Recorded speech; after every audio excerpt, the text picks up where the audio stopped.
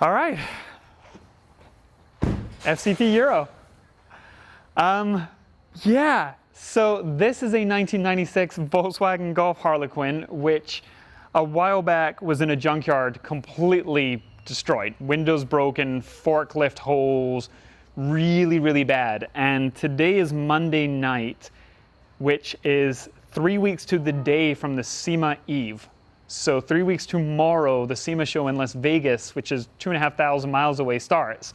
So what better idea than to bring a completely, almost empty chassis and come to FCP Euro, where the plan is to literally remove everything else from the chassis, so it's literally just a fresh painted, restored shell, and put everything on it brand new that's possible. So control arms, brakes. In fact, do you know that kid song, like the elbow's connected to the, whatever that bone's called, it's connected to the wrist bone? This is how it's gonna be. The control arm's connected to the wishbone. Oh, that would have been a better joke, damn it.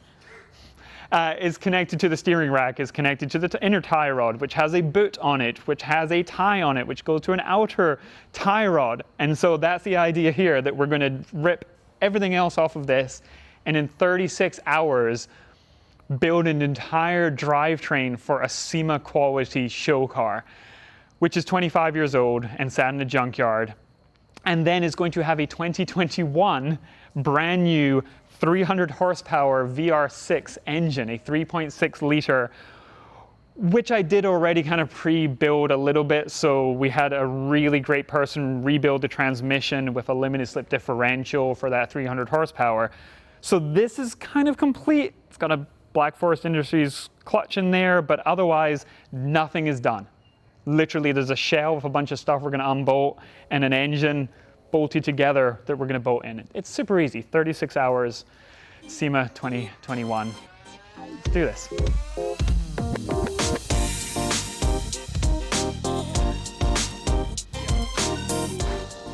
Tonight we are literally just gonna unload the car, empty all the parts that I brought with me, and then tomorrow when the full FCP Euro team is here, we're gonna hit both the car and the part shells really fast and hard. 36 hours, this is gonna be wild.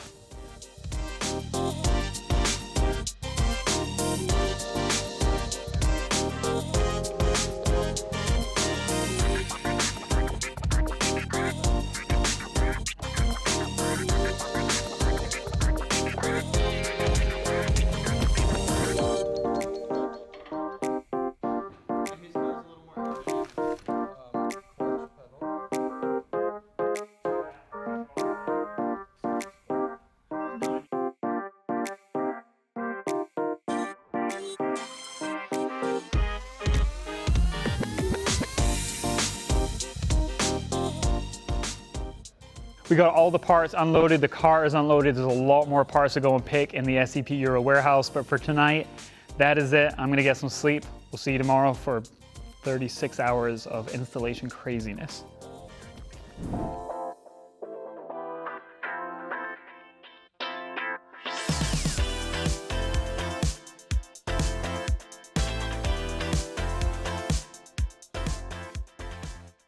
It is the morning, it is time to get to work. We have Nate, Vincent, or actually you have me here because this is your... Yeah, I guess you're joining me, but whatever. We're working on your project, so I'm helping you out. And you are a TCR Volkswagen Golf driving champion. Yes. Which sounds like me being all corporate, whatever, but I'm super excited to hear about that while we're working. So let's do it. We have a box ready to put some bolts in, so we're gonna just strip the whole car down, subframe, everything goes. Let's do it. Dive in.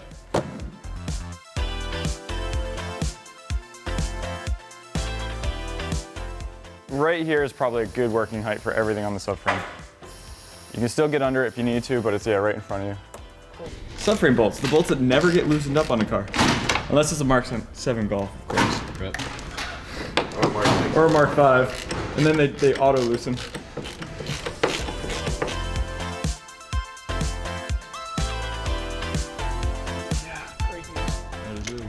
I just want to make sure and go on the record that these were missing before I got here. So all the 10 mils that are missing, not my fault. It's documented on video, you're good. So what we're doing here is we're cutting the brake lines because we know we're going to replace these soft lines. So rather than breaking the fittings loose and having leak brake fluid, we're cutting them and then just throwing a sheet metal screw in them to keep them from leaking. And it'll make it a lot easier, and then when we put the new brake lines on, they'll be ready to go. All right, here's the middle. Yep. Good, good, good, good.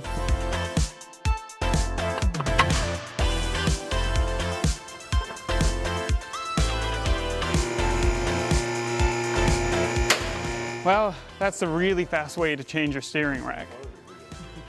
This is gonna roll out of the way. We're gonna drop it on the ground where they're gonna reassemble. In fact, we're not using anything on that entire thing apart from the wheels just to roll it back on the trailer. It's done. Recycle it all. In fact, y'all have a great big pile of parts that get returned for your lifetime warranties. So we're gonna take those parts and properly recycle them.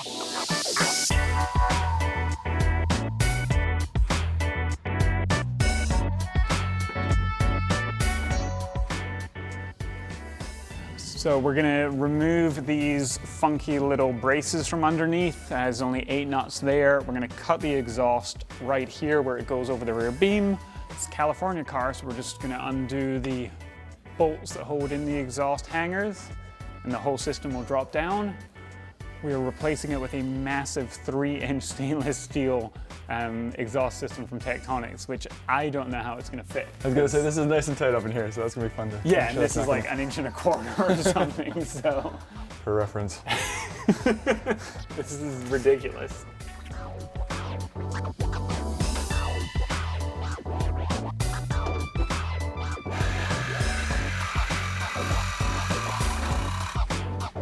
Yeah. I'm exhausted. You're an idiot.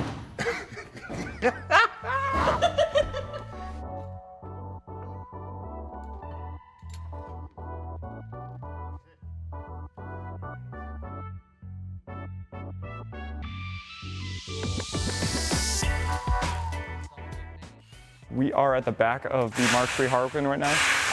Drum brakes. So we're gonna be pulling this apart, showing you kind of how the old school drum brakes come apart and the wheel bearings inside. Mostly now cars are built with like cassette bearings, which are much easier to replace, much easier to tune, but these you actually have to adjust the load in them, and you gotta pull them apart. So let's do it. It's a nice greasy old school job. Look, there we go. Now we got a very loose wheel bearing. So you can see actually the taper on this, as this bearing goes in, it tightens it up. Now, as that bearing comes out, it loosens up. And you actually have to set the preload or the tension on these bearings. Inner race, right there. And then there's the outer race right here. And obviously this is a drum brake, so this is your friction surface right around the outside here in your drums.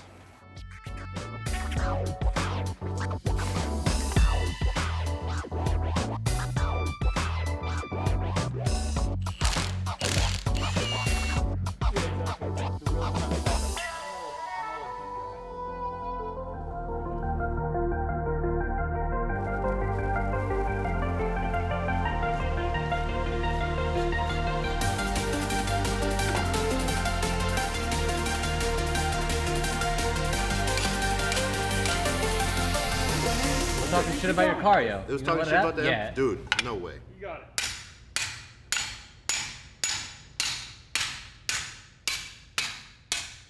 Don't talk shit about Vanessa. That's a good car, dude. All right? All right, on the recycling pile. I knew it'd help you get it off.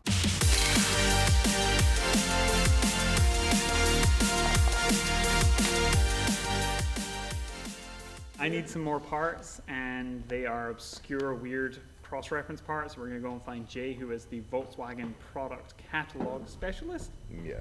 head of Catalog manager. manager. Oh, we're gonna go find a manager. Can we get the assistant to the manager? Gosh darn it, Karen. Listen to the regional manager. Yes, you got it. One of the worst shows ever. You Could you show me where the assistant to the regional Yeah. manager is? Because a dead person cannot. I'm gonna go get lunch. Oh, you're alive again. Awesome.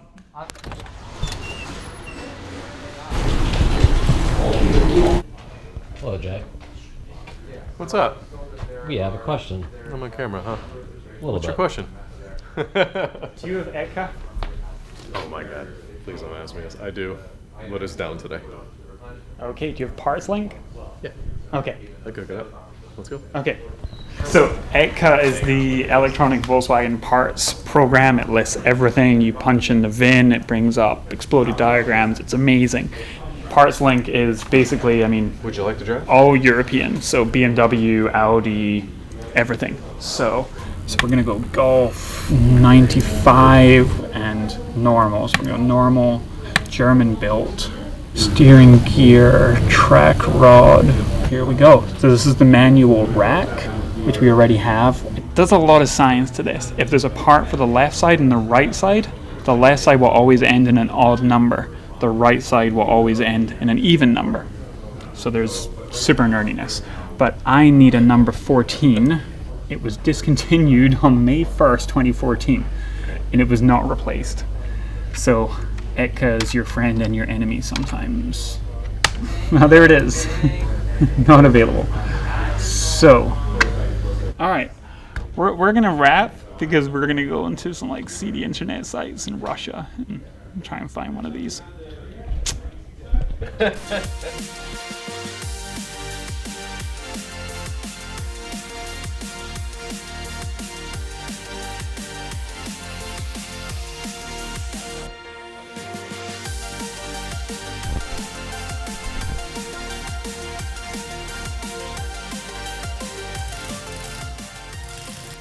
So the camera crew thinks it's a little bit of a lull, but instead I'm internally freaking the heck out because it's motor mount time. The motor mounts that the Atlas uses are completely different than a Mark III VR6, but Volkswagen's being kind of Legos. This is the VR6 rear engine mount from a Mark III, which is going to go on there. So we just have to find the right size bolts and bolt it onto the back of the block. No problem. So I'm going to hand this to a wonderful SCP Euro crew member because it's gone 5 o'clock and now they're just hanging out to help and have fun. Next, exhaust manifolds needs to go on. So we've got nice new hardware. So I'm going to hand this off to someone as well. We've already got a new gasket from the back of the cylinder head on the 3.6 to this. We then have the gaskets for later. We're not going to install these now because putting the manifold in through the little narrow gap where your 2-liter 8-valve 110 horsepower engine went, it's going to be a lot more difficult with a great big 3-inch exhaust. So yeah, the front bracket that I have for a VR6, I don't think it actually is. I am going to go and scour the internet for an answer while people, friends, camera crews, co-workers bolt up exhausts and things. All right, I'm going to solve this issue.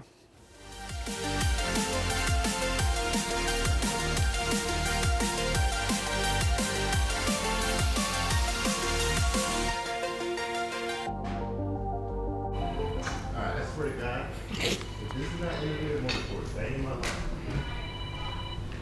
Hello?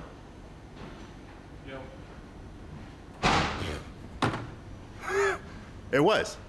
This is that. It was innovative. And they're out. I just got a scam call and I was like, That was me. The scammer.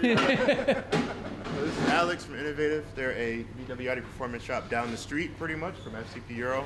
They get a lot of parts from us and they help us out a lot too.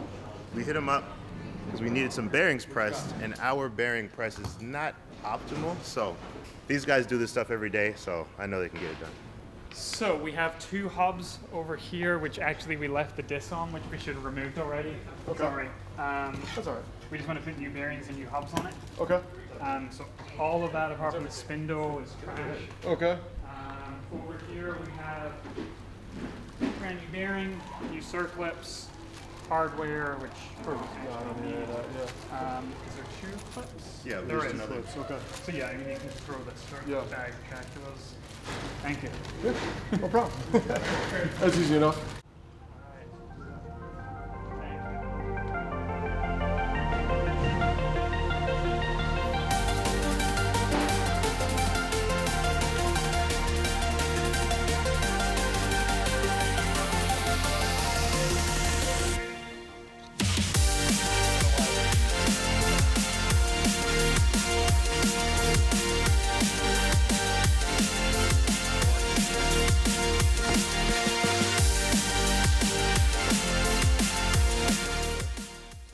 Okay, so yeah, that does work through here. All right, I'm gonna go look for that bracket because we may have to remove this oil cooler. I just don't know. 3 inches lower. I called Matt who put the trans together just in case the bell housing got swapped out or something.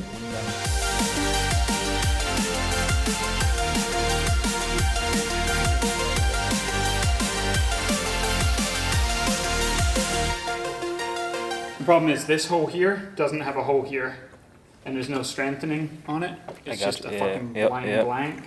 This one goes through this way, some depth, I don't know how much. And actually, we have this bend, this recess. We could weld a bigger piece there onto it and cut through both, because these crack. But we'll be able to test that in a minute. I mean, you know, if we bolt everything up on the back. I mean, that's the goal today and tomorrow, is just to get it bolted in. It's not going to run because nobody's defeated the immobilization. So the idea was going to be suspension, brakes, everything before we put the subframe up. But it is now, I don't know, 8 or 9 o'clock at night on the end of the one of 2 days. So we're going to throw the subframe in right now with everything we've managed to assemble so far. The plan right now is, before sleeping when we run out of jobs, throw the subframe in, put the motor in on the 2 mounts that we know will work and find that they definitely work, and then we can measure the front motor mount to see what needs to be modified or beaten with a hammer or carefully measured and CNC'd or something. So right now, subframe in, 4 bolts, bolt that up, engine in, only 2 bolts for the entire engine assembly because the 3rd bolt is missing, and we can measure where that 3rd bolt needs to go. So, ready? I asked the nice people off camera. Ready. Hi, Zach and JR off camera. So they're gonna be the lovely assistants. They're gonna hold up the subframe, which now has the manual rack on it. It's got the BFI mounts on it. It's got the pressed in bearings. Everything looking spectacular. We'll show you that in a minute, but it looks damn good. Basically all brand new parts apart from the spindles and the subframe. Everything else is literally brand new. Looks super, super good, and lifetime warranty. So this isn't your warranty that's like, oh, you modified it? You got a 3/6 in it? I'm sorry, your control arm's not. No, it's all good. I hope.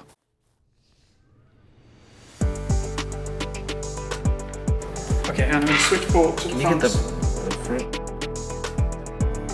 I'm starting to get them Szechuan sweats.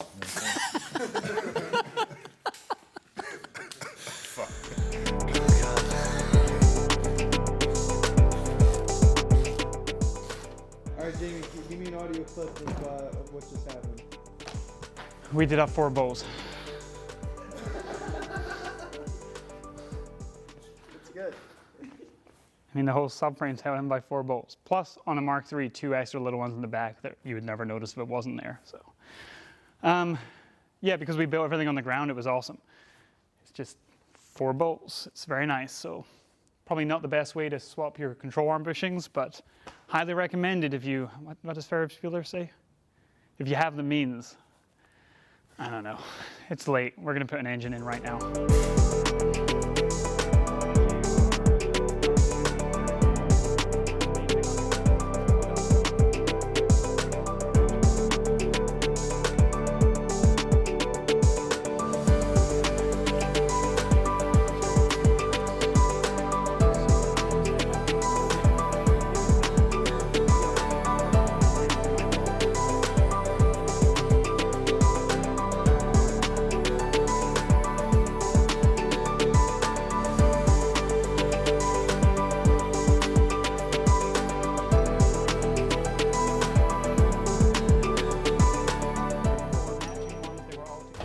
Oh dear, no, we got a big problem. So we got the engine in on the 2 rear mounts. That kind of sets our position. It looks like left to right, this is probably going to fit. Yeah, it's going to be really, really close. However, we have a problem with the crank pulley. The engine has to move up about an inch in the front, so angling, but the crank pulley's hitting the frame rail. So we're going to take the front support out again, lower the front down set it on a jack stand overnight and just leave it. And then tomorrow morning, pull the crank pulley off, get it machined down. There's quite a lot of space on there. And then that will give us enough room to move up, at which point we can then fabricate a solution for the bracket. So we need to fix this, but we can't even get to this because now something else is hitting. So yeah, that's kind of normal. On the old VR swaps, you used to take a great big hammer and hit the frame rail. So it's just kind of the same thing, but in the bigger chassis with the bigger engine, we run into the same clearance issues that the good old days had. So yeah, everyone's kind of done. So we're just gonna wrap this up and then big day tomorrow.